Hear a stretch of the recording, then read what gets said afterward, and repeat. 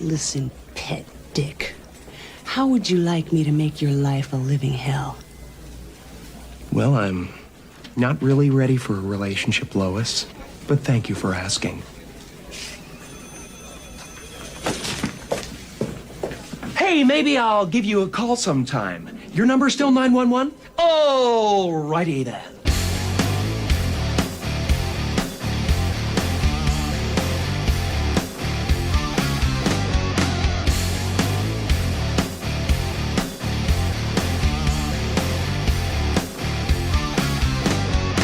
Welcome to the Rhythm Section Podcast, here to spotlight the greater Memphis and North Mississippi music community by sharing the stories of these amazing artists. This is produced by SRP Studios, elevating brand visibility and credibility for businesses using podcast marketing. Go to srpstudiosllc.com for a free consultation. New episodes drop on Apple and Spotify every Wednesday morning. It only took me 2 seconds to screw up. You can also catch us on YouTube and Facebook at 6 p.m. Central every Wednesday. Go to therhythmsectionpod.com for all information. Today, we are sponsored by Hadley's Bar and Grill. Join Hadley's as the Christmas for the Kids benefit drive kicks off its 2023 campaign this month with the annual 12 Days of Giving events. So we've moved some of the dates because now a couple have passed by the time this airs. First up, we have December 8th, Anthony Quarter with Fever Tree, everybody. Yes. December 9th, Bake Sale with formerly known as. December 10th, Santa Sean's Blowout Bash. Oh, he gave it a new name. Yeah. With the Lost 45, 6 Feet Thunder Contraband, and formerly known as. And December 16th, annual live auction with 30-minute Ego. Yeah, and December 9th, that's a bake sale with formerly known as. Bake Sale is not a band. This will be Hadley's 8th year to be involved and ready to hit the ground running with significant events until December the 23rd. Thank you, Rick Hale. Looks like I have some editing to do. Check out their Facebook and Instagram pages for more info on those great events. Next, we have Boba Cream. Boba Cream is a veteran-owned, family-friendly business serving delicious boba tea and desserts with a commitment to quality and customer satisfaction. The biggest sale ever. Buy one, get one free on all drinks and plushies. Find them at 131 West Commerce Street in Hernando, Mississippi. Just so everybody knows, the intro sound you heard from Ace Ventura, yeah, we had to start 3 times. It's been one of those mornings. So, but I do tell you, to take advantage of this great deal, it won't last long. Boba Cream has announced that they are closing their doors. It's a family decision. Yep. You know, sometimes it's just you got to move on from something. They do not have a definitive close date, but it will be soon. So get those drinks while supplies last. They are the one location for our merchandise as well. We have shirts, hats, mugs, tumblers, and free TRS stickers. Go check that out. Follow them on Facebook at MS Boba Cream for more details on the store's future. Yeah. And if you ever needed proof that we don't edit this thing, you got it this morning. That's right. Well, good morning, Jeff. Good morning. How are you feeling today? Man, I'm doing great. We're glad to be here as always. Today, we are going to be talking about Lance Binder, yes, vocalist and bassist for Area 51 and Akasha. Mm-hmm. We're going to get all into those details here in a moment. Next week, Michael McClenny, the thunderous drummer for Thump Daddy. And then season finale, everybody. December 20th, we're going to have the great Cristobaldo, formerly of Saliva. Again, Wednesday, December 20th. Yeah. Is that date. So, yeah, I mean, we're recording this on December 3rd. You and I are going to be doing something later today, right? Yeah, we're heading to Hadley's for a Christmas for the Kids event. Several bands are playing. Mm-hmm. 4, if I'm not mistaken, 4 bands. And Dave's not here. Which I love that name. It's a great name for a band. Everybody knows Dave Morshak, what an amazing drummer he is. And he is stepping out from behind the kit, and he's going to take over lead vocal duties. Okay, so Dave's not here. I know Lance Binder is listening to this. I have to redeem myself. Yeah. During our Troy interview, I made a quote, wrong, shocker, from a movie. And we've since discussed, and I realized how I screwed it up. So I'm going to redo it here. Okay. I'm going to redeem myself. Have at it. Acapulco Gold Yeah. is the thing. No stems, no seeds that you don't need. Acapulco Gold is badass weed. Okay, there we go. Thank you. Thank you, ladies and gentlemen. Yep, we fixed it. All right, so I want to give a plug. Okay. I want to promote somebody, and I don't want to call it an organization, but it's a showcasing by a lady by the name of Miz Stephanie and Women in Memphis Music. I had the pleasure of playing one of their showcases earlier this week with Elevation Memphis. We got LaShawn Robinson, Melanie Pierce, Darren Lee, Darren Little, and then we had Josh Haynes on with us. So it was a fun show. It's a showcase for women in music. Right. All originals. Singer, songwriter. It's a wonderful vibe. They do it monthly. And I just wanted to give Ms. Stephanie, M-I-Z, very specific. They play these showcases at B-Sides. Yeah. If you're not familiar, B-Sides is the side bar lounge stage in Minglewood. Yeah. If you're interested in learning more about Ms. Stephanie and Women in Memphis, go to WIMMFest.com. Okay. So it's WIMFest.com, but with 2 M's. Gotcha. WIMMFEST.com. Cool. That's different. I felt like I needed to spell out. Sure. I like it. Yeah. So thanks for having us, Ms. Stephanie. It was a blast. We had a really good time. We got to play all of Elevation's originals. Original 6. It Awesome. was the perfect amount of time. We snuck all 6 in. Nice. And it was a great time. Again, go check them out, and it's for a good cause. Yeah, so. and anything that Elevation is involved in, we all know is going to be great because those ladies are awesome. The whole band is awesome. You're a part of that band. You're kicking butt with them now, and everybody by now has heard about the Tina Turner tribute act, and there'll be more of that next year, and I'm looking forward to that. That was an awesome show. 2024 is already kind of booking up a little bit. Yeah, so nice. Good stuff. Well, I know that you've got something that we need to talk about. Last week, you had quite an honor bestowed on you.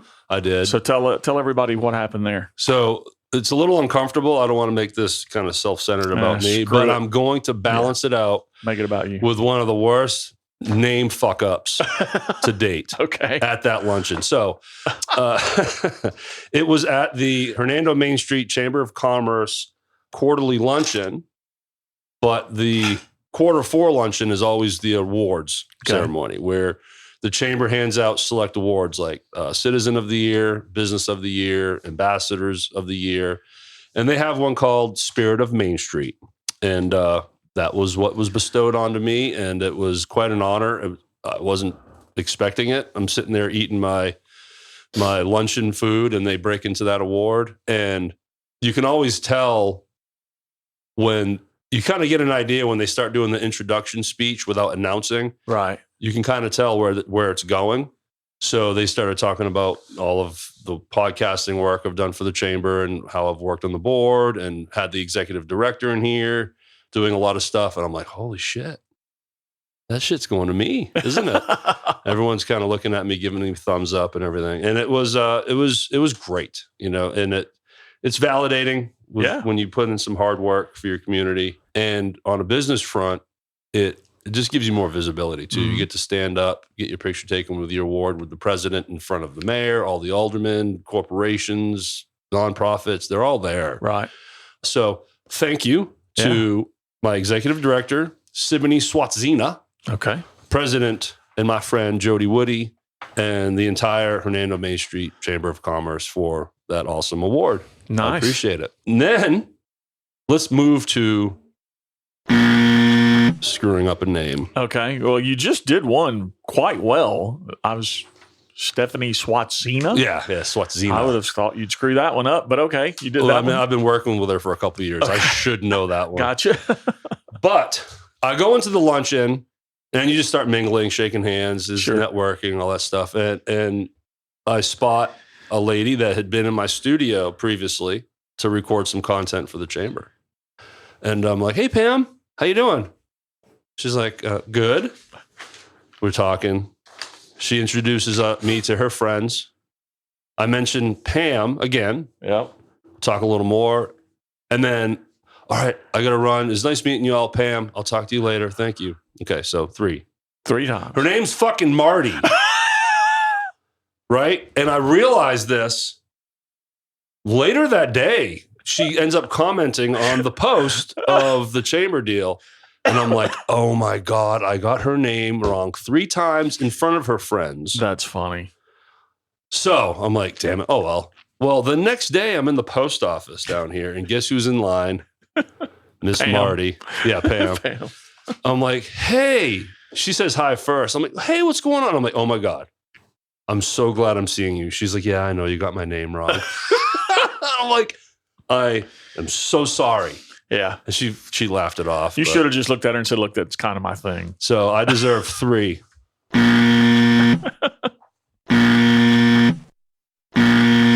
There we go. All righty. And everyone's sick of that sound by now.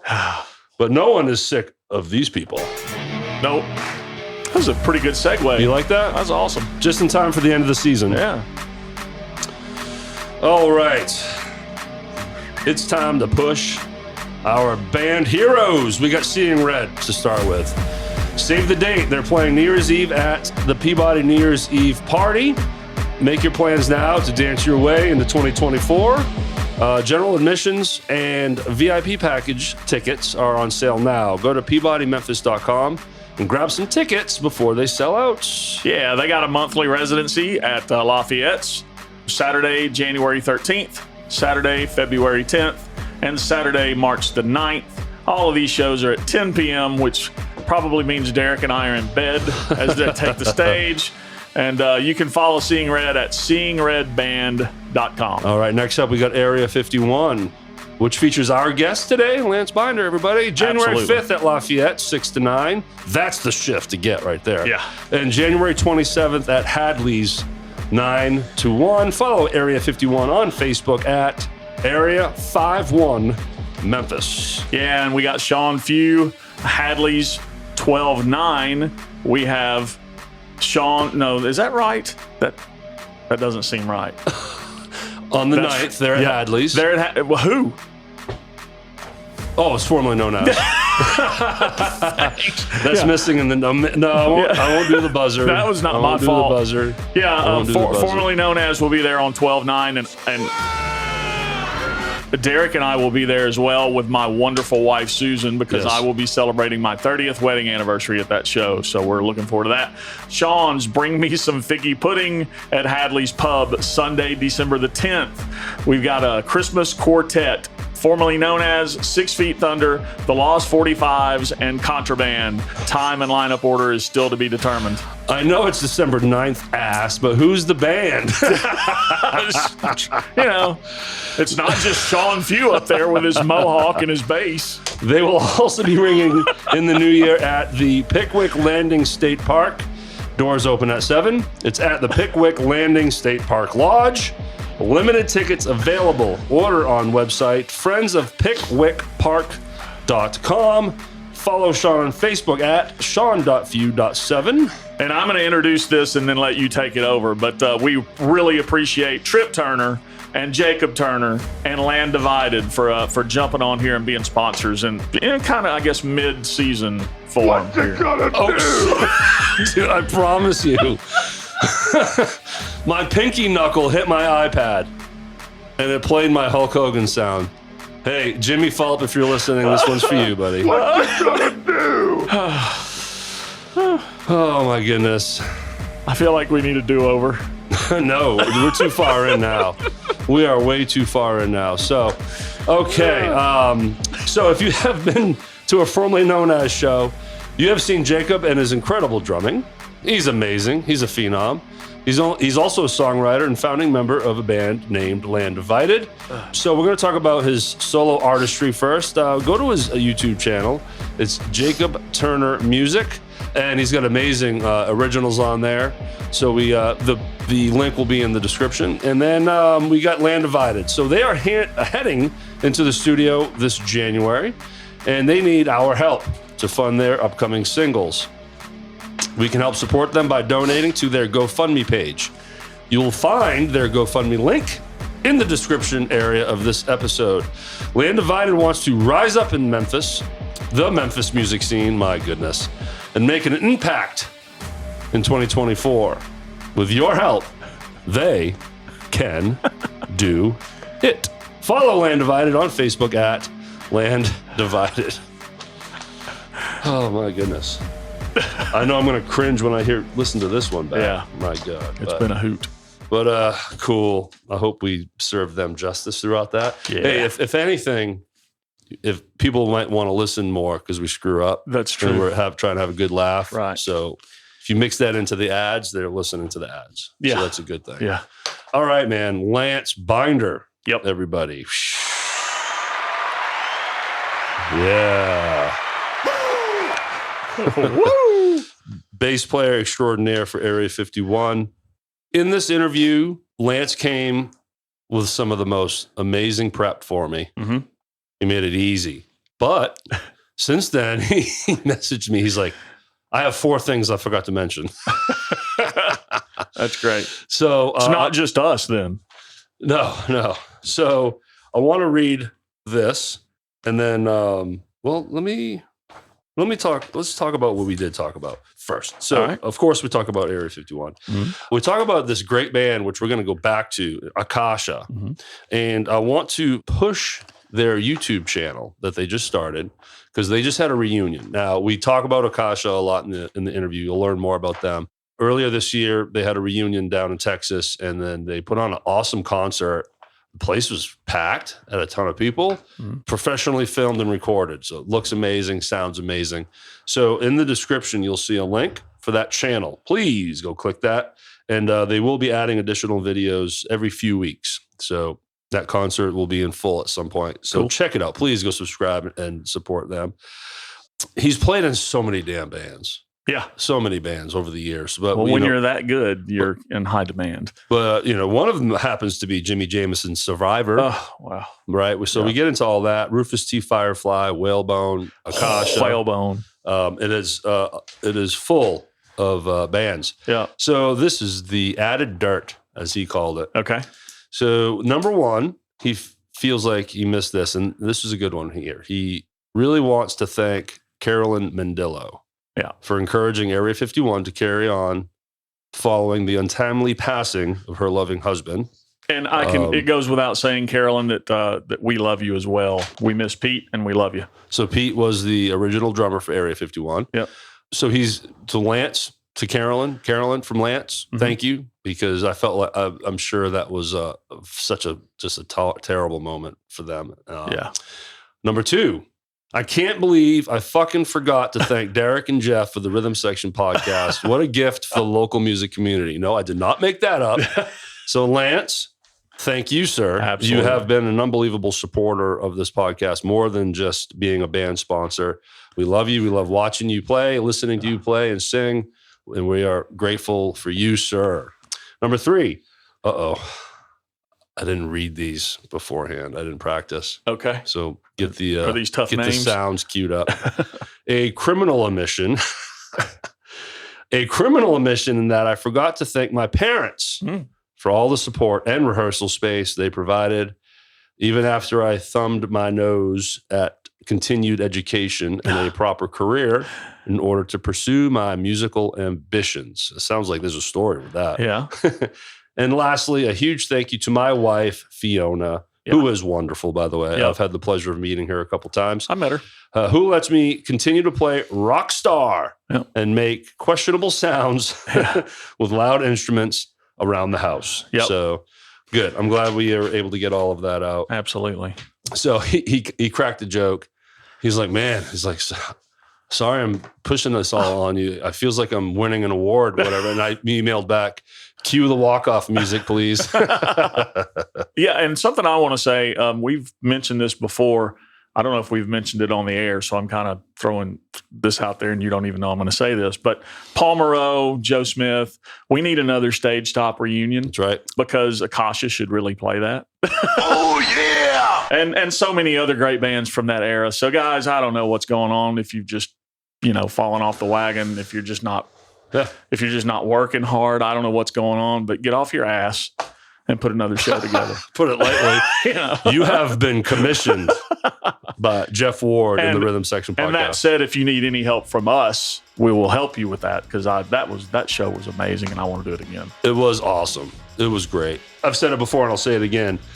what a blessing and a gift that I had a moment to see what it once was to the best of their abilities in 2023. Yeah. Right. It was outstanding to see all those bands. Yeah. Again, stick around for this interview. Yeah. Like people only listen to us. Right. Yeah. People most likely fast forward through this. Yeah, right. If you've made it this far, you're not going anywhere. It's a great talk. We have a lot of fun with Lance, and we hope you enjoy that. Yeah. TheRhythmSectionPod.com. Oh, our Instagram is nearing 90. Awesome. And the Facebook's nearing 900. So keep it going. And man, you guys have really stepped up with a lot of sharing this season. Yep. It's not going unnoticed. We love likes and reactions. We love comments. That really helps boost things. But sharing, man, that makes it personal. And we really feel like you're behind it when you share it. Yeah, and it means a lot. And get ready for cameras next season. You'll get to see these meltdowns that we have again on video. And it's going to be a lot of fun. Oh, damn it. I forgot to talk about the date. We'll make a bigger deal of season 3 next week. But I will say it's January 17th. Awesome. Wednesday, January 17th, season number 3 will kick off. Yep. And we have some fun people booked for interviews, but we'll keep that a secret for now. Last but not least, I want to reiterate, December the 9th, Hadley's, formerly known as, and me and my wonderful wife of 30 years come out. You did that after I mentioned my wife, so she's going to think that was for her. I was late. But we want Shocker, I'm not on time. We want a killer crowd. Come hang out with us and have a party because we are going to absolutely throw down. You know, as a rhythm section that's played together for a long, long time, we're pretty in sync, except for today. Yeah. Today sucked. All right, y'all. Please enjoy Lance Binder. Thanks.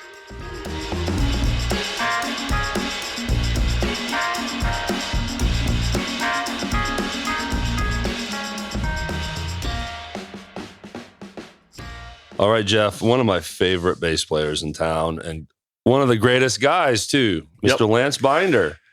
Tigger. Oh, if I was nervous before, now it's even worse. Dude, you should not be nervous. This is going to be fun. This is going to be awesome. We're super happy to have you in here, man. I've been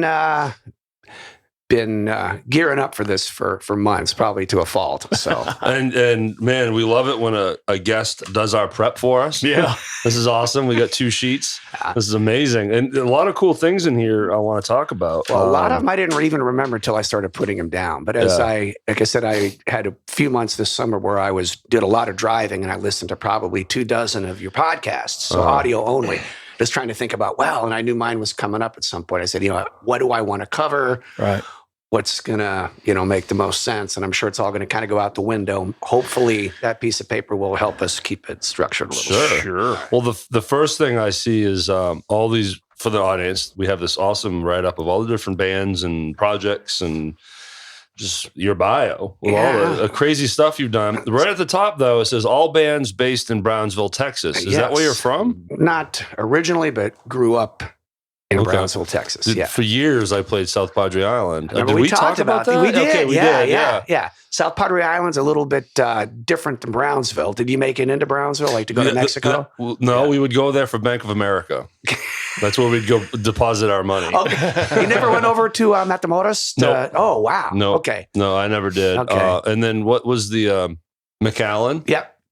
It's up the valley a little bit. Yeah, so we'd go to McAllen and Brownsville to hit the Walmart and deposit our check. And well, probably back then. When was it you were playing South Padre Island? 07, 8, 9. Okay. Yeah, I don't know what was out there because years ago, decades ago, there wasn't a lot to do as far as shopping out there. It was just kind of a resort area. But yeah, it's a great place to hit the beach, great place for spring breaks. And McAllen's a big oil town, is it not? First I've heard of it. Is it not? Okay. But it's Texas, so it could be easy to think that. Are the Bushes from McAllen? Oh, I don't know. I can't remember. Yeah. It seems like I've heard that the name, that town mentioned in something I've read somewhere about politics or something. Rio Grande Valley at the southern tip of Texas. It takes you about, to drive to El Paso from Brownsville is like an 18-hour drive. Maybe Tommy to go Franks. To Dallas is like 10 hours. Takes 10 to 12 hours to get out of Texas from where I grew up. Texas is so big. It's pretty big, yeah. And we were way at the bottom. From Nashville, I think it was like 15 hours. I can't remember. You straight down to I-10 and right over. You go through Louisiana, which is so cool because there's like a 30-mile stretch where it's just one long-ass bridge. Yep. over swampland. Oh, yeah. That's really Yeah. cool. Yeah. Been on that. Very cool, man. What was it like out growing up down there? We were You know? a little pretty isolated, and you can see by the dates on those. And I'm kind of dating myself. So, this is back in the 70s when we moved there, and it was very small. Like I said, wasn't a lot happening in Brownsville, Texas. So. Yeah, because like you said, Dallas, Houston, Austin, all the big cities, you're quite a distance. Yeah, Houston was 7-8 hours away. Austin, San Antonio, 5-6 hours away. So you went up there to go to concerts because we really didn't have any shows in South Texas to go see. Yeah. So we had to make our own. Well, exactly. Yeah. So is that why, you hear it all the time when you have nothing, especially, this is before internet and phones, so you have nothing to do. So next thing you know, you discover Kiss, and then you're like, I want to play that, or the Beatles, and then you pick up an instrument, right? Well, I didn't pick up an instrument. Okay, what was your passing? I was singing. I was in choir. I had no motivation to lock myself in a room and woodshed and learn anything on guitar or bass or anything like that. So singing in choir in like school? Singing in choir, but listening to rock and roll. So listening to a lot of music. And there was one day that I was in the neighborhood, and a neighbor friend drove by and said, hey, man, we were over at some friend's house a couple blocks away, and there's a band playing in the garage, and they're looking for a singer.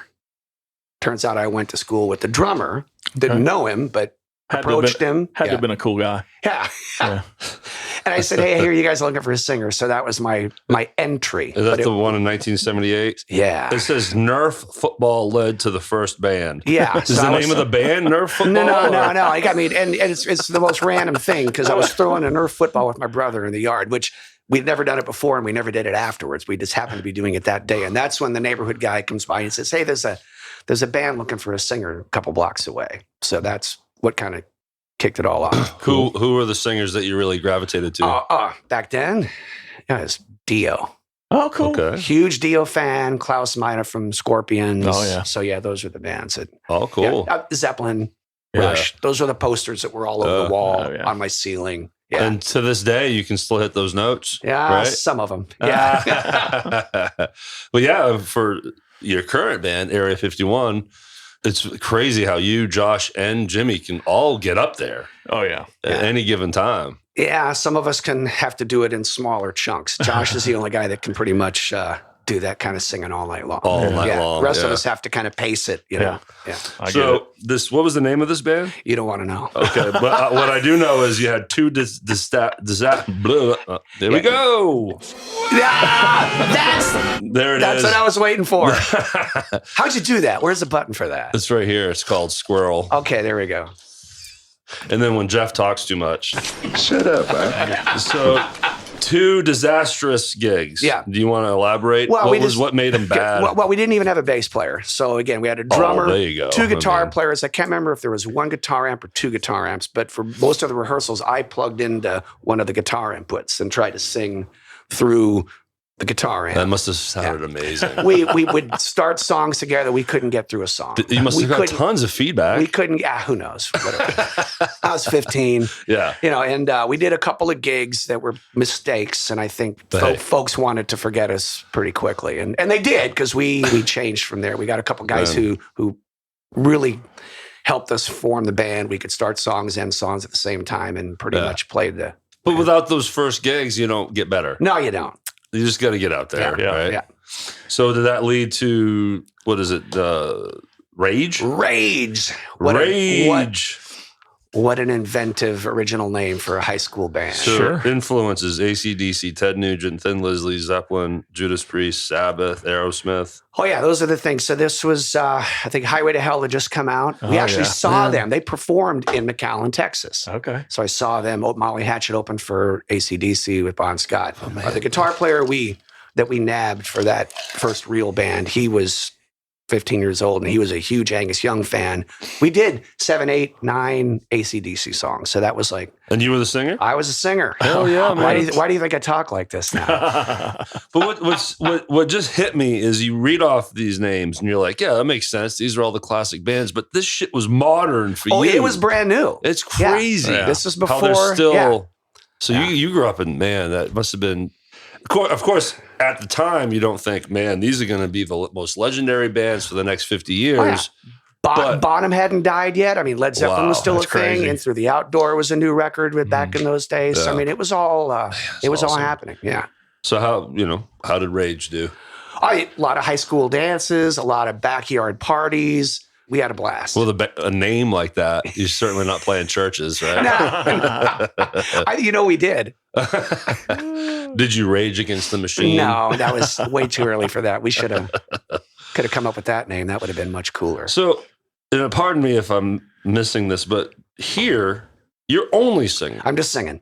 No, Yeah. And playing air guitaring like crazy. Yeah. like pantomiming. Oh, hell yeah. Yeah. Had you even started playing Nope. an instrument yet? Nope.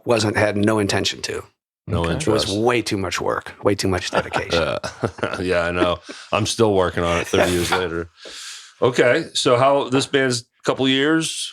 Yeah, in a the couple making? years in high school. And then I got, right about the time I got out of high school, there was a grown-up band, some guys that were like in their early 20s, and they had like a Southern rock thing going, and they headhunted me. So I kind of left Rage and joined this other band, and Is that Ambush? Ambush. All right. That sounds Southern, doesn't it? Rage and Ambush. Ambush. Those are very aggressive band names. Yeah, they are. They have a certain connotation to them. Yeah.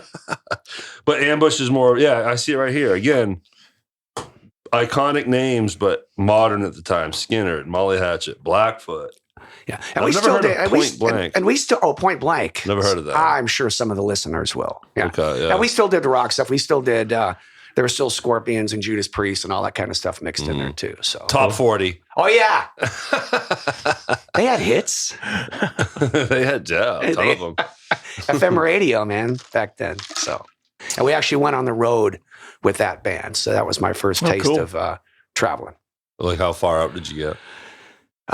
Went all the way to Wyoming. We played quite a bit in Texas, which again takes you a long time to get out of the state. Oh, shit. But I think Oklahoma, Arkansas, New Mexico, Wyoming, all in a 1968 school bus. Awesome.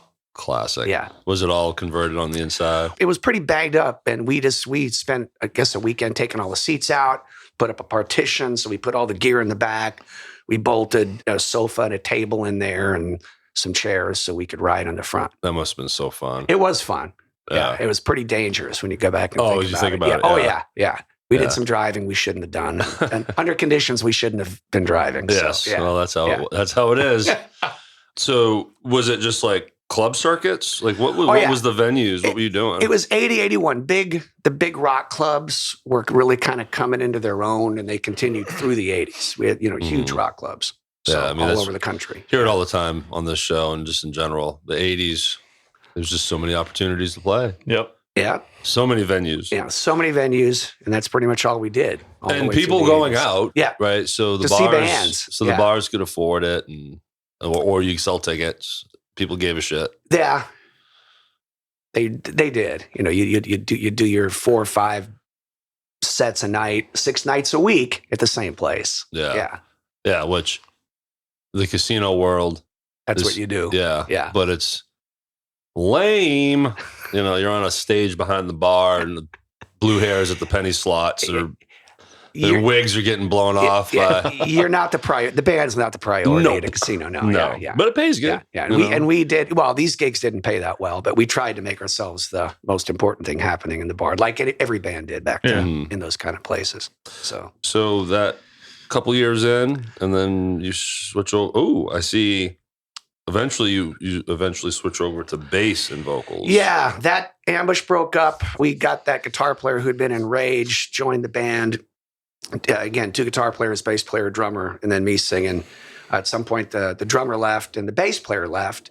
We found a drummer, and the 2 guitar players said, well, Lance, Lucky you. lucky you get to play bass. So they twisted my arm, and then I had to keep singing too. Do you know who else's arm was twisted? Who was that? Paul McCartney. Really? Oh, he was a guitar player. But still, Yeah. John and George were like, we're not playing bass. Yeah. Paul's like, okay. So you're in good company. And some of the greatest bass lines I know. ever Iconic. devised and recorded. Yeah. So you just jump on the bass, or I mean, there has to be some kind of I mean, trial period. we were rehearsing, but I guess we rehearsed a lot. So, you're practicing 3, 4, 5 nights a week. And I got my chops up well enough to do gigs, I guess, fairly early. So, we were gigging. And there we go. And all of a sudden, I was a bass player. So did you model after any players that you liked? Well, we did a lot of original stuff. So there was that. And the originals were kind of Dawkins, Scorpions type stuff. My favorite players, though. You like that one, Jeff? Yeah, now we're getting into the stuff that I listen to. I mean, I was a big, obviously early on, John Paul Jones, Geddy Lee, those guys were huge. Very melodic. Yeah, and those are, whether we were playing the songs or not, those are the bass lines that you tried to take out and learn. So early on, you're not only learning how to play this bass stuff, but singing while playing. Singing. Because that is one of the craziest things about seeing you. Yeah. Is the shit that you can sing while, like the stuff you're playing and singing really, while doing gymnastics. Yeah. Like for example, what's the Stevie Wonder song y'all are doing? Sir Duke and Higher Ground. You have no business singing and playing that bass line. Well, sometimes it probably sounds like I have no business doing it. But sometimes all the stars align and it works out. What was it like early years of writing that I didn't write as much early on, mostly lyrics. The guitar players kind of put the songs together. It was later on, mid to late 80s, that I started actually writing music as well. The actual music part of it too.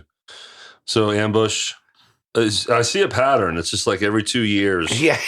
And a lot of it were the same players, so a couple of the guys kind of moved on to the next project. And we lost a guy in 85 because he had already done the road with Ambush, wasn't going to do it again. Mm-hmm. So we hit the road as a trio in 1985.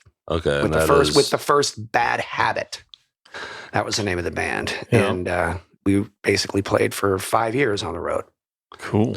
We came home for Christmas and spring breaks, South Padre Island being a big draw back then. But we, from 85 to 90, we spent 9 to 10 months a year traveling. Still on the school bus?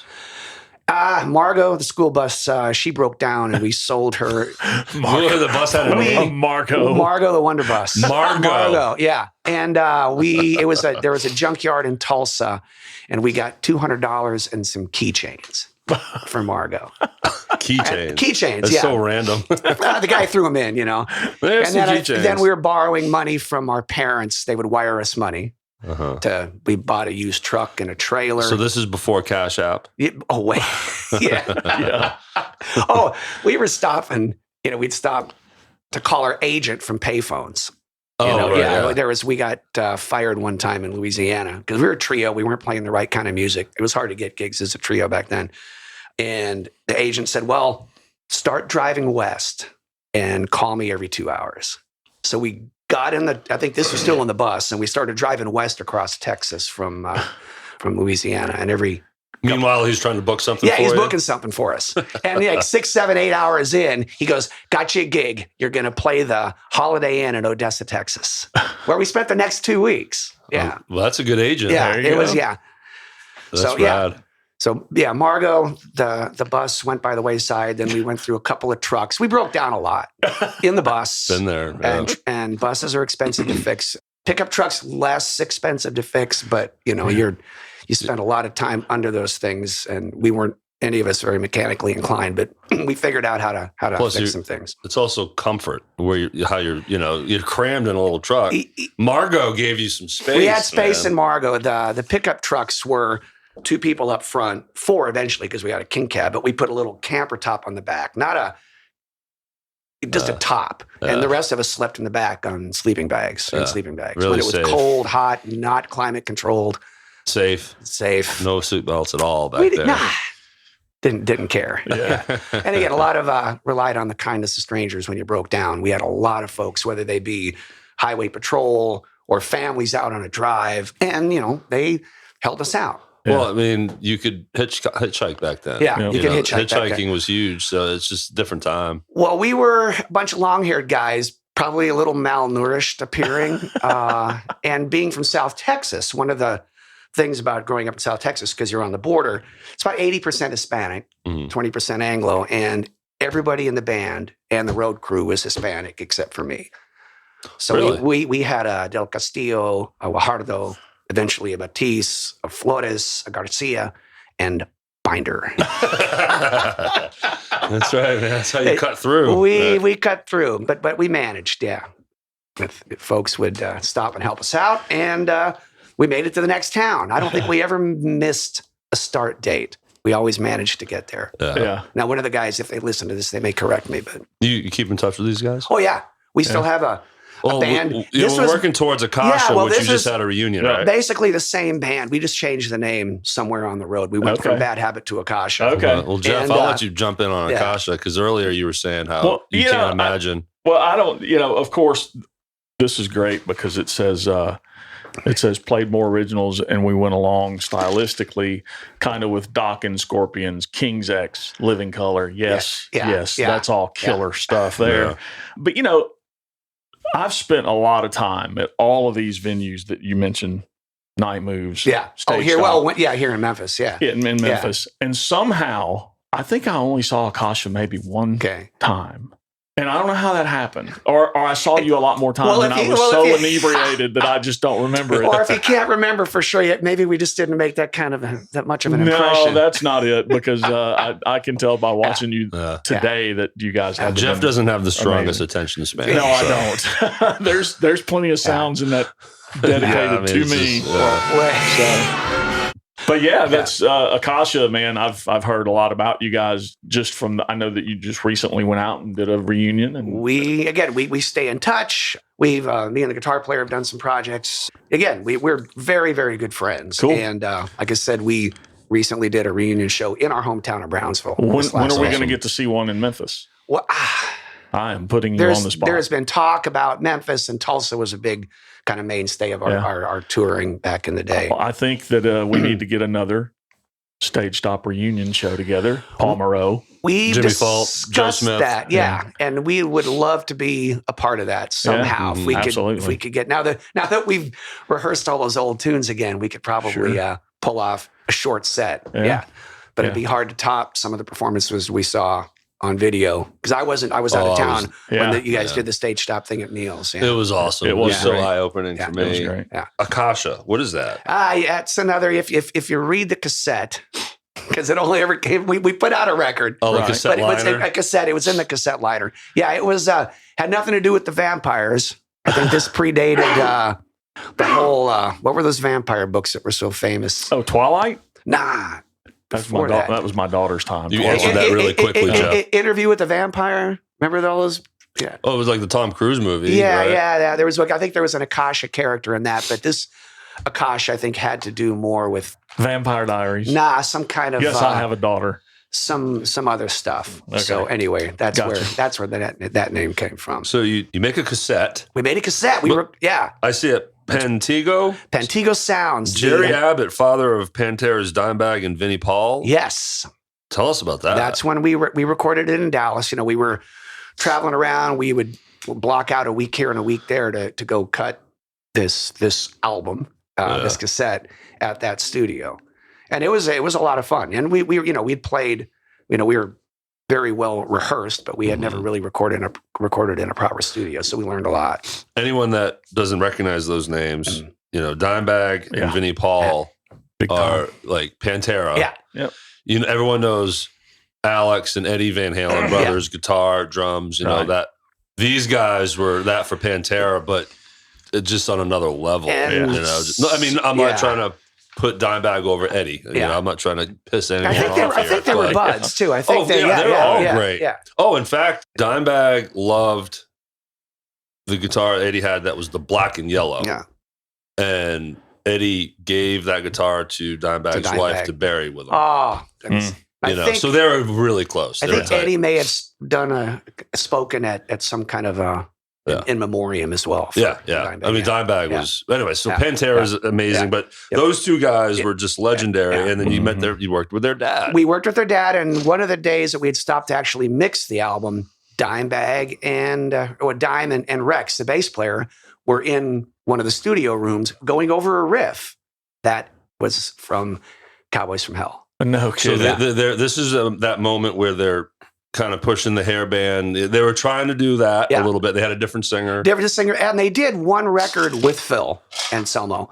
And they were still kind of coming out of it because his background had been kind of hair bandy too. Yeah. He was playing that same circuit we were in the late 80s. And he could sing Judas Priest. And all that shit. And Queensryche. And it's incredible. Yeah. But then he turned into the Cookie Monster vocal. And they, to see these guys, and we saw them at a bunch of those big clubs in the Dallas-Fort Worth area, and they were amazing. Pantera was like just the best thing out there. Yeah. We actually got to do a show or two with them as well. Vulgar Display of Power is my favorite. I love that album. That's the second one, right? Yes. Yeah. Before Far Beyond. Far Beyond's maybe my favorite. With Walk. Yeah. Oh, gosh. Yeah. So, we got to see those guys play those songs live, and it was just incredible. They were so good. Yeah, I know there's this Pantera reunion thing going on right now. It feels weird because it's, those two guys aren't in it. Right. But hey, I guess Phil... I hear it sounds legit. Well, from folks who have seen the guys they brought in, who was the drummer from Anthrax, and then Zakk Wylde, who was really close to Dime, yeah. Well, you're a Pantera guy, right? Yeah. I grew up on that shit. Yeah. I didn't. You didn't? No, I didn't. I mean, I know. So this is when we start talking Dawkins. No, it's all good. It's all good, man. I mean, they're huge and they've got such a following, and I've heard their music, but I didn't follow them. And as a drummer, Vinnie Paul was pretty much untouchable for that stuff. Yeah. And I can nerd out about how he recorded his drums a little bit, and how he was a huge driving force in the writing and the production. Yeah. The sound of those albums. That's Vinnie Paul. Yeah. And legend has it, he used to tape $50 on his beaters for his drums. And that's what would give to get more of a snap, or get more of an so attack. If you listen to early Pantera, the kick drums are snappy, but sound like cannons. Yeah. Right. Because legend has it, sure, nickel silver is slamming against the drum heads. It's crazy. It's amazing the things that you hear that people did to give them their unique sound in the studio. Yeah. I mean, Eddie Van Halen, things he did with the guitar, and his brother Alex, the things he did with drums. A lot of people might not understand Jimmy Page was such a massive sound. He was the engineer, producer guy. He made it all sound that way. Yeah. And for people like Dimebag and Eddie, though, some of that, how much of it's not technology tricks. A lot of it's just that incredible, that unique technique that these guys have in their attack. Yeah, that just pull out these sounds. Yeah, I don't mean to make this Pantera heavy here, but I mean, I just can nerd out on this stuff because Dimebag just had the slickest. It was like a rubbery sound. It doesn't matter how fast he was going; it was just so clean. It was so clean, so perfect. Yeah, but had this pocket to it too. Yeah. Like no matter how fast he was playing, he always felt like he was on the backbeat still. Yeah, does that make sense? It does. It's just and I think it's pretty accurate. And again, the guitar player, drummer, brother kind of groups. Yeah, they just grow up together. Yeah. So, but no distribution. So no big record deal with this cassette. No. We sold a couple thousand of them on the road at shows. And there was a satellite network, radio network back then called Z-Rock that I think they played in Dallas and Albuquerque and Chicago. And we actually got rotation on the Z-Rock network. They played a few of our songs. A couple thousand cassettes? I mean... Yeah, pay the money. So so you're not in the back of the truck. Oh no! Record. We had him professionally by the thousandth cassette. You can't even hear the shit. We had him professionally done. I mean, we had the masters. We did all that stuff. Had nice little liner notes in there. Good liner notes. Yeah, I miss liner notes. Yeah. We lost that. We lost the digital so much. age. Yeah, you can't read to see who the musicians are and everything. Yeah. Who they're thanking. So the notes, a lot of people who they listening, owe money to. A lot of people listening will recognize a lot of these names. Akasha in Memphis. You did shows at the Stage Stop. We all know that's just historical, legendary. Rascals, Night Moves, and the Daisy. Yeah.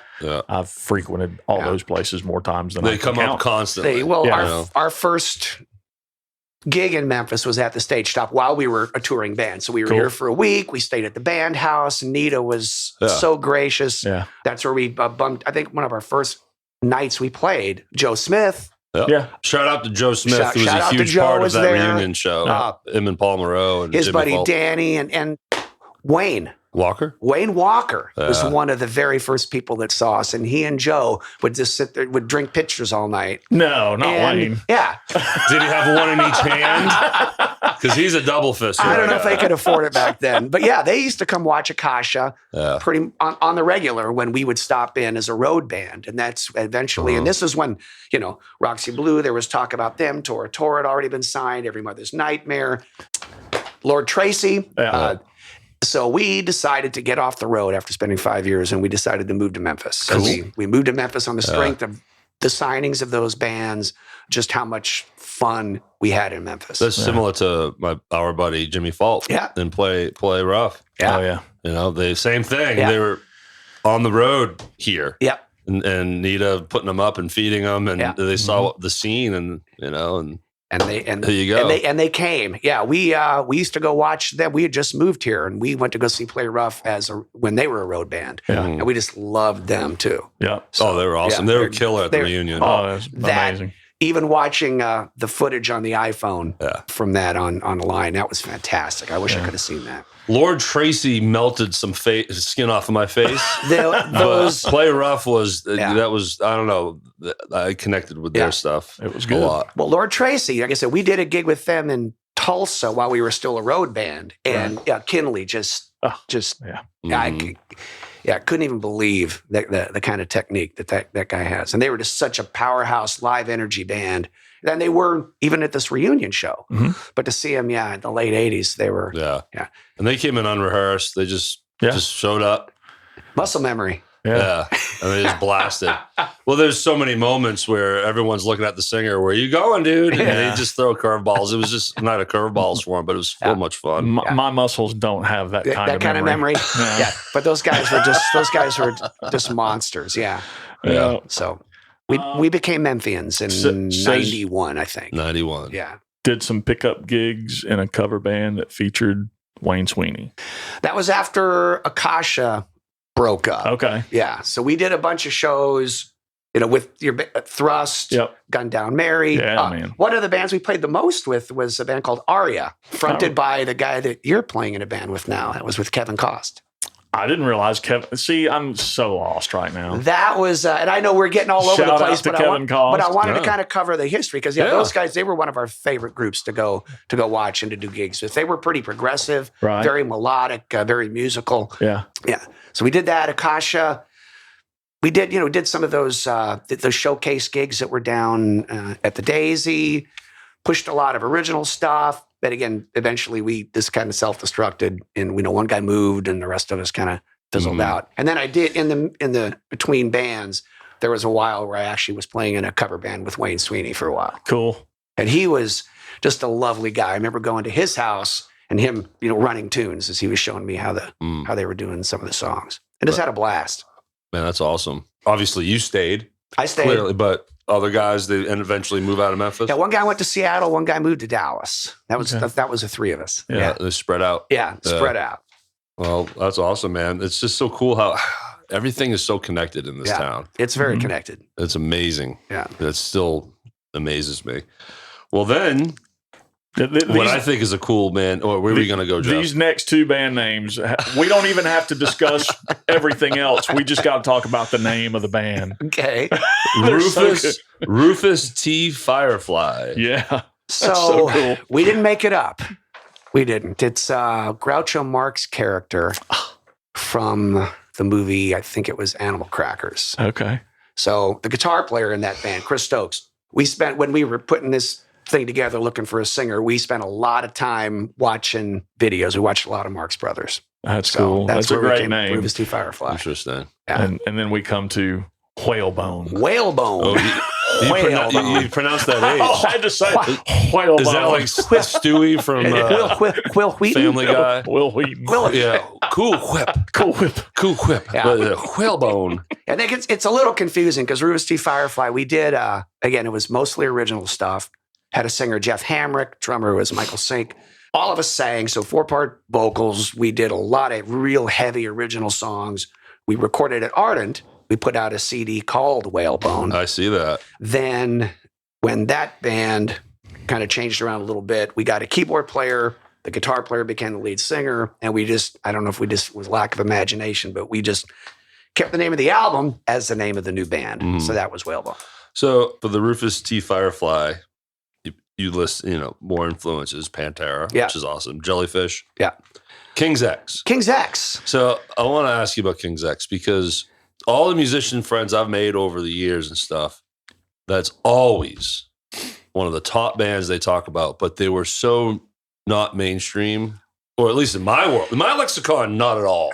Yeah. But it just seems like they were just like the players. Were you a huge fan of them? Huge fan. We actually, Akasha, when we were on the road, we actually got to open for them a couple of times. We played with them in a big rock room in Lawton, Oklahoma back in, I think, 88 when they were supporting their first record. And they just blew us away. And we saw them several times over the years. We got to play with them again, I think, after we moved to Memphis. Yeah, fantastic band. Yeah. So, and I think you're accurate on that. I mean, I know who they were, and they definitely reached a level of success, but not that huge commercial mainstream success that you think of with other huge bands.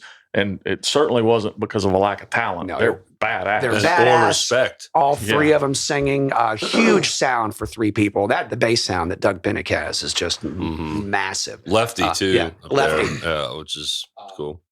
You're a grunge guy, right? Oh, yeah. Derrick? Yeah. Okay. Yes. So most of the bands that you probably came up with in that period were huge King's X fans. Yeah, So, I would have known that. yeah. Nirvana, Pearl Jam, STP. Yeah. Pearl Jam, STP, Alice in Chains, they were all big King's X fans. So thank you for playing Wicked Garden Friday night, by the way. Well, thanks for making me watch that video so I could figure out how to really play bass on that song. Oh, the Robert DeLeo video? Yeah. We're just sidebarring over here. Yeah. But big STP fan. Yeah. Yep. I love STP. Yeah, sorry, Jeff. We're kind of leaving you out of this Not whole at thing, all. man. All right, well, we got two bass players kind of dominating the conversation. Here we go, Lance. You and I can take a break. I'm just going to say 2 words and Jeff will take over. Okay. Tora Tora. Go. Tora. Bam. Yeah. Or 1 word, Dawkin. Dawkin. No, we never got to do a show with Tora Tora, but I remember seeing them at Mud Island in the early 90s. Yeah. It was probably after Wild America came out, and that was, they were fantastic. Yeah, we had the opportunity. Well, I was going to say we had the opportunity to see them at Minglewood, which we eventually did, but that was the night they lost power. Oh, yeah. But we got to know those guys, especially Patterson. Oh, yeah. Because of the Fever Tree guys. Peterson. Yeah. Peterson. So, man, you going to go somewhere, Jeff? No, I mean, just going down the list, I had no idea that you participated with Jimi Jamison's Survivor.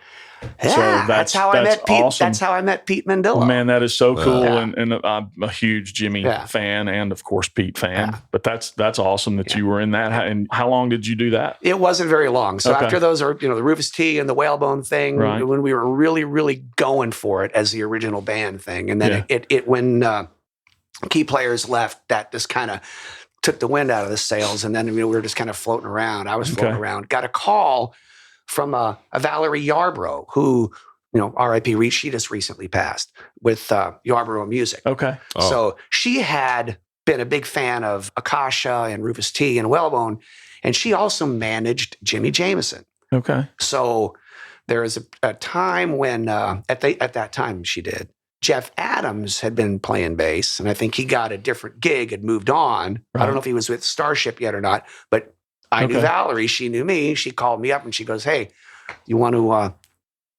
join Jimmy's band?" Nah. Yeah.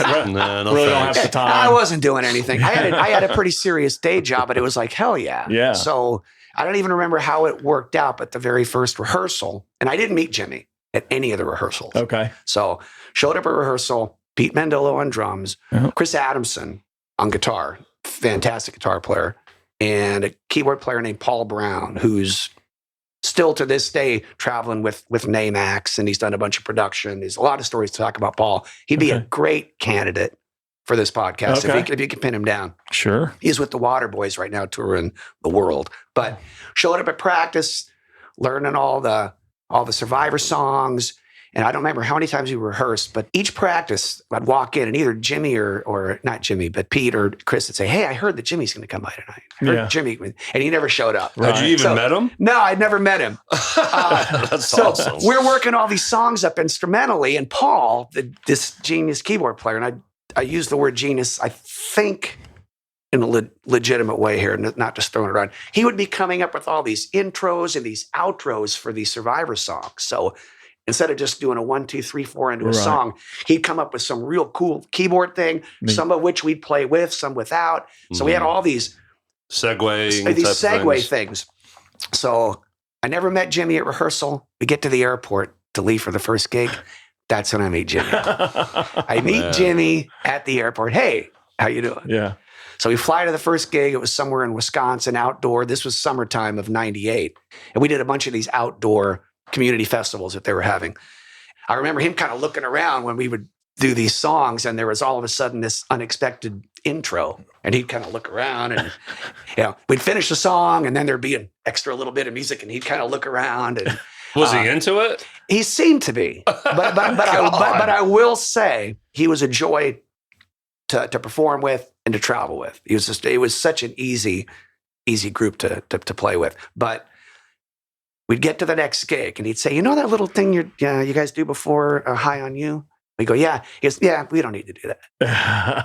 Fine. The next week, you know that thing that you're doing, that tag on Search is Over? Right. Yeah, you don't need to do that. Just slowly peeling them out. Right. I think by my last gig with them, which was somewhere in Kansas, I think it was back to 1, 2, 3, 4 into that the was song, his nice way of saying, knock that shit off. Yeah, knock that shit off. And he's, in retrospect, I wish I had it on tape, but he was probably right. Because nobody came to listen to the creative noodlings of the band before you get into the songs. Not surprised it came from a keyboard player too, by the way. But those are the shout out to the keyboard players out there. Oh yeah.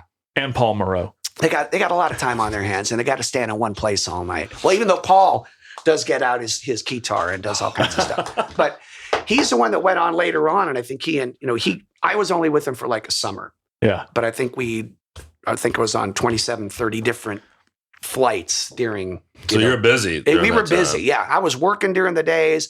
Friday, fly out to a gig. Fly back Sunday, Monday, go back to work. Yeah. So what were you doing? I was working at Universal. So they had a distribution center here that, Oh, that's right. Which ties into Technicolor and all this other stuff. Yeah. What you're doing right now. You're at Memphis. Well, now it's at Memphis Record Pressing. It's still manufacturing, but it's a whole different thing. But it was a really good time. Pete and what did I say the keyboard player's name was? Paul Brown. They went out onto, and we I was listening on it. Well, we always heard the genius, the genius guy, the wizard, Paul Brown. I hope he listens to this. Yeah. He's a hoot. He showed up for one of the, not the most recent Jimi Jamison things, but he was here, I think, the year before. But Pete Mendillo, we always introduced him as the Grammy nominated. Mm-hmm. So his Grammy nomination came from a record that he did with Paul Brown, that Paul Brown produced for Bobby Rush. Yeah. Bobby Rush. Yeah. That's and it. that album, I think it's called Back to Louisiana. Mm-hmm. It's fantastic. Yeah. He told us a great story when he was on the show, Pete? The late, great Pete, how he was woken up with a phone call. Hey, you've been nominated. And he was like, okay, great. And hung up the phone. And then came to, he's like, what? Yeah. What did he just say? I should probably call that guy back. As much of a master as that guy was playing drums and pulling sounds out, he was pretty humble. So he was an incredible human. Yeah. Pete, I don't know if he ever fully appreciated how good he was, or how great he was. Well, most don't. Yeah, I know how awesome I am, but no, I'm just kidding.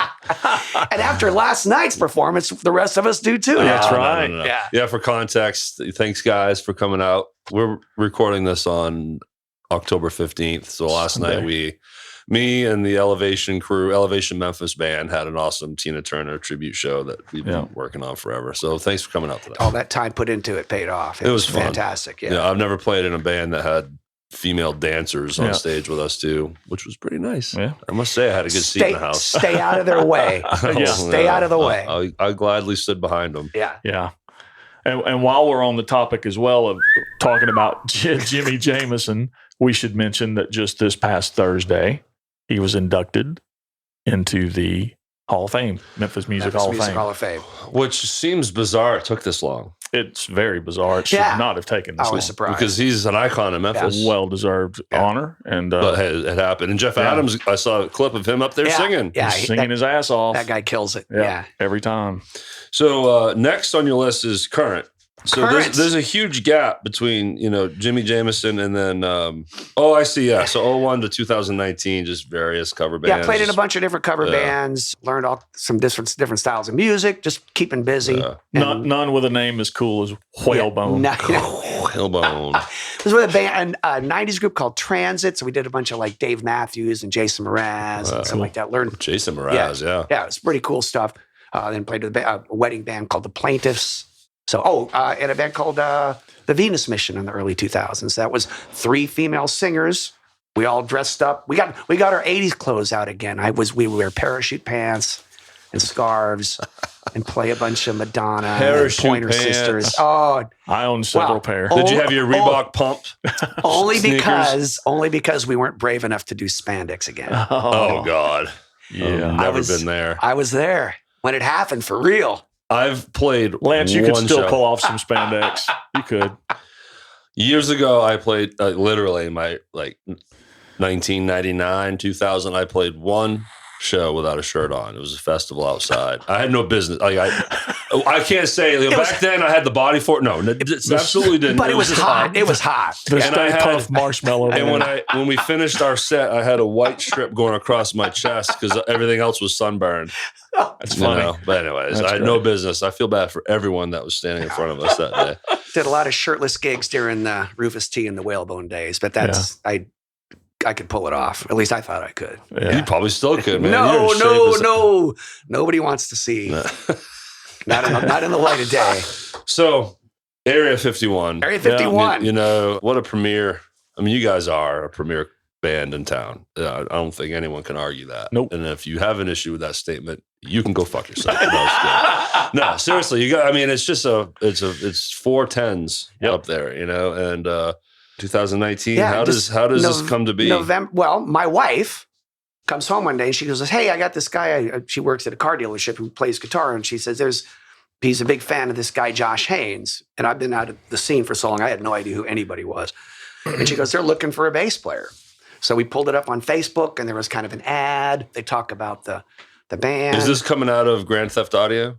I guess. Jeff, would you know? I don't know. Well, Area 51 was already playing because that's Randy was a bass player. Oh, that's right, Randy Byram. That's right. So, yes. So they were already a thing playing all these cool songs. And she says, it's been a while since you played. Maybe this is a band for you. So I look at the set list, the song list, and I went, oh my God, this is like right up my alley. Mm-hmm. So I texted Josh or messaged Josh, and we did an audition. But Pete's in the band. Pete's in the band. So you got him vouching for it. Well, I went to go see them. We went to go see him at Alfred's when Randy was still in the band. And that's when I went up and spoke to them all and met Pete, who hadn't really changed much. And he said the same about me. So, nice. Thanks, Pete. So that was Pete, Randy, Josh, and David Haynes. So David was there too at the beginning. But Randy had already had his end date picked out. Okay. So I did the audition. There were some pretty tricky songs. I worked my ass off to get them right. Right. But I played with Pete before, so there was that comfort level. Yeah. And went and did a rehearsal and got a call, I don't know, a week or two later and said, "Hey, you got the gig." Cool. So I had to really start working on songs. Because I mean, y'all's set list is not stuff you can just jump in on and fake. And I'd never played any of the songs that were part of the audition. It was, I think, Right Now by Van Halen. It was Sledgehammer, Subdivisions. Crazy bass lines. And Roundabout, which thanks to Derrick Michaud, I finally know the proper lick. I've been playing it incorrectly for 3.5 years. I had to sit Lance down and be like, all right, man, come in, young grasshopper. No. Yeah. You were nice enough to have me at your house. We're hanging out. And that's cool. I was like, hey, man, try it this way. Yeah. Jimmy Phelps always asking me for advice.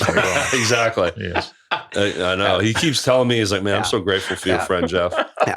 But playing with those guys and, out of the gate, it was just so much fun to be playing again and to be playing at that level with people that were like that. Yeah. And Josh Haynes.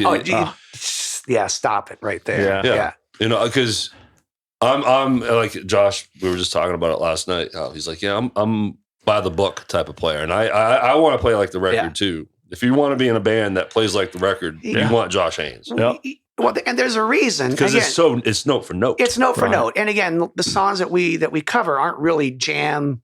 Sure. They're not ones that you're going out of your way to try to put your stamp on it. Right. They're iconic classic songs from the 70s, 80s. And there's a reason that everybody loves those songs. It's because things were done in just such a way. Certain way. Yeah. Like I said, that's the first band I've ever played bass with a pick on. Okay. Because there are certain songs that just need the plectrum. It has that vibe and tone. Yeah. Which I had never done before. So. And you crush it, my friend. Mm-hmm.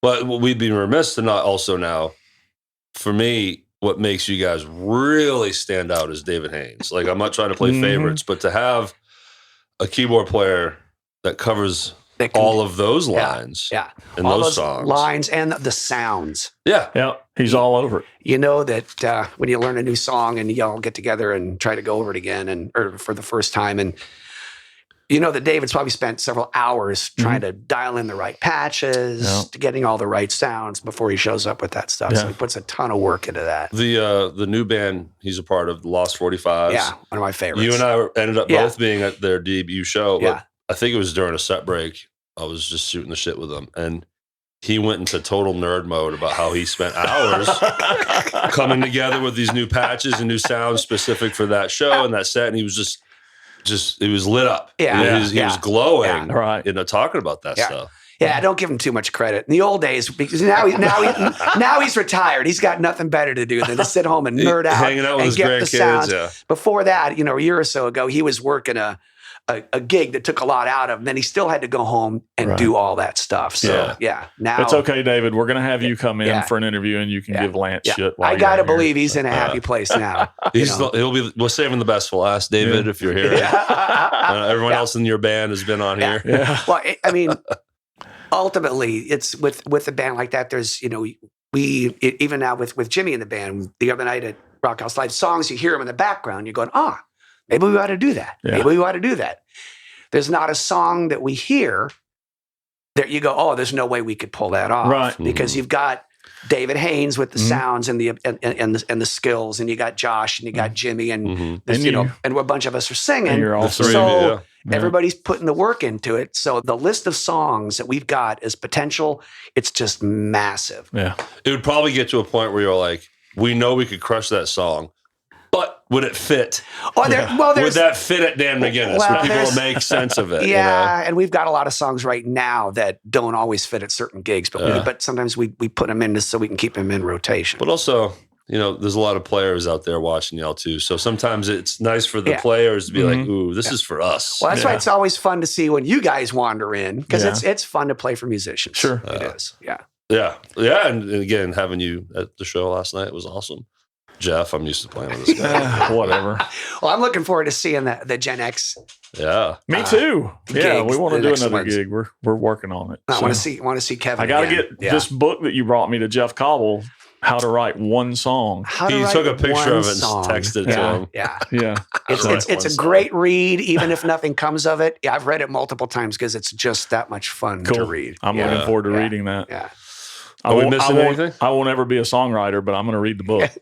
Yeah. Well, yeah. And I think, not to keep going with this, but there is such a difference to be a writer than a cover band. Everybody's a songwriter. That Jeff, you just go through that. Okay. Pick up the book and make the notes that Mr. Tweedy suggests. Right. I can't wait to hear See it, what you come up with.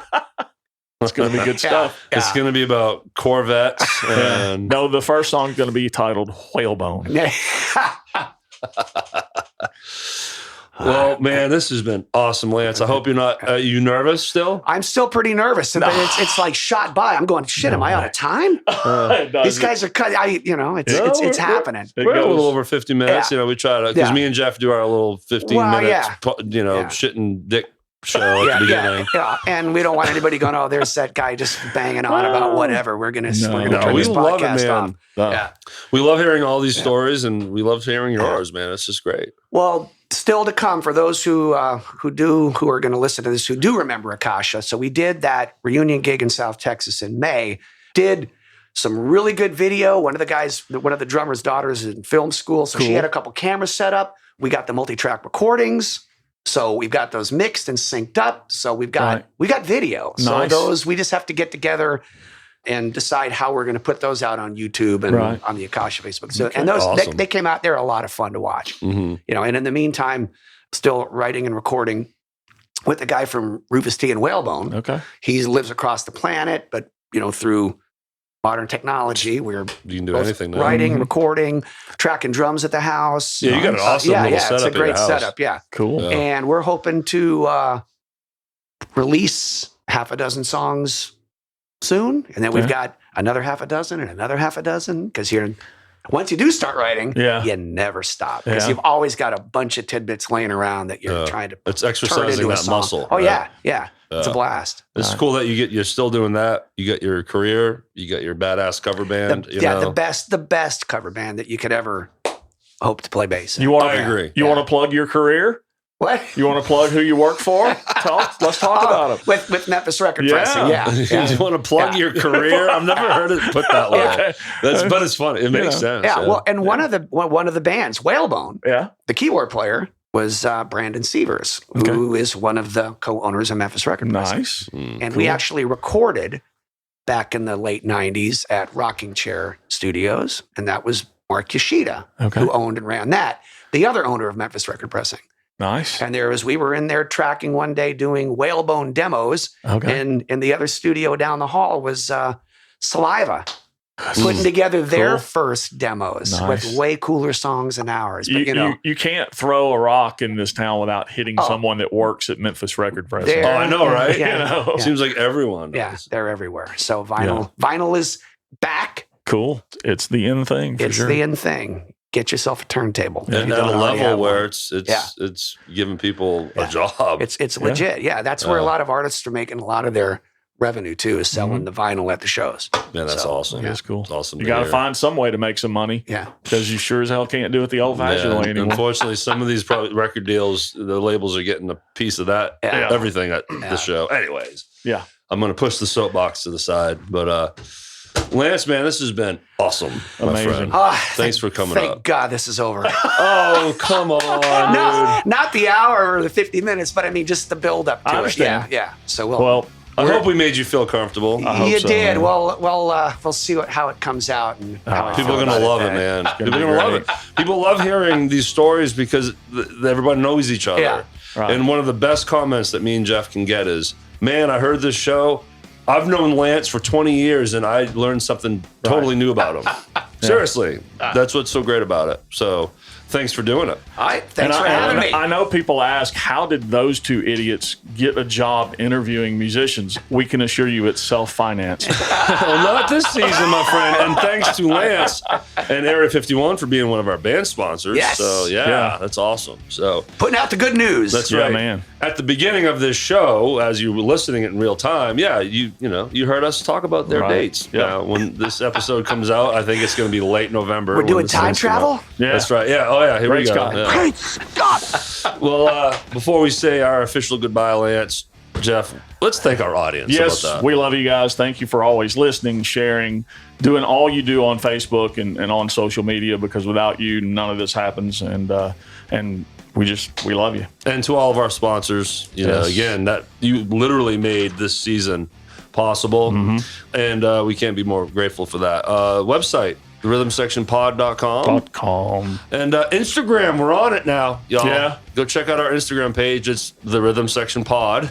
So I kept it in line. What's funny about Instagram is when I first started this thing, I went and grabbed it. I wanted the name. I didn't want it taken. And for months and months and months, it had 0 posts on it, and it had 53 followers. Nothing People were on there. anticipating. They were just waiting for it. At some point, it's coming, right? And then we have to mention our merch again. Yep, Boba Cream, 131 West Commerce, T-shirts, hats, tumblers, mugs, all that good stuff. Down in Hernando. Yep, in Free Hernando, stickers. Hernando, Mississippi. Hernando. And as we tell you every week, get off your ass and go see a band. Do it. Because without you guys, they don't get to do what they do either. And if you have not seen Area 51, please do. And we're not just saying this because Lance is sitting No. right next to me. Yeah. These guys are an amazing band. They are. And personally, my favorite, and I've said it before, and I'll say it again. I love you guys. It's awesome. Okay. Last plug for Jimmy Fulp. I didn't say nearly enough about him. Jimmy gets plenty of airtime around here. Jimmy will. That was for Jimmy. He and Donna may be somewhere right now where they don't even get internet. I'll give Jimmy one more. Oh, yeah! All right. All right, Jeff. Yeah, man. Lance. Thanks, Let's do Lance. this. Thanks, guys. Thanks, We'll see you guys. next time. I went to look at the camera that doesn't exist anymore. I keep doing that. That used to be my cheese. camera right there. Right? All right, guys. Take care. Thanks. Bye.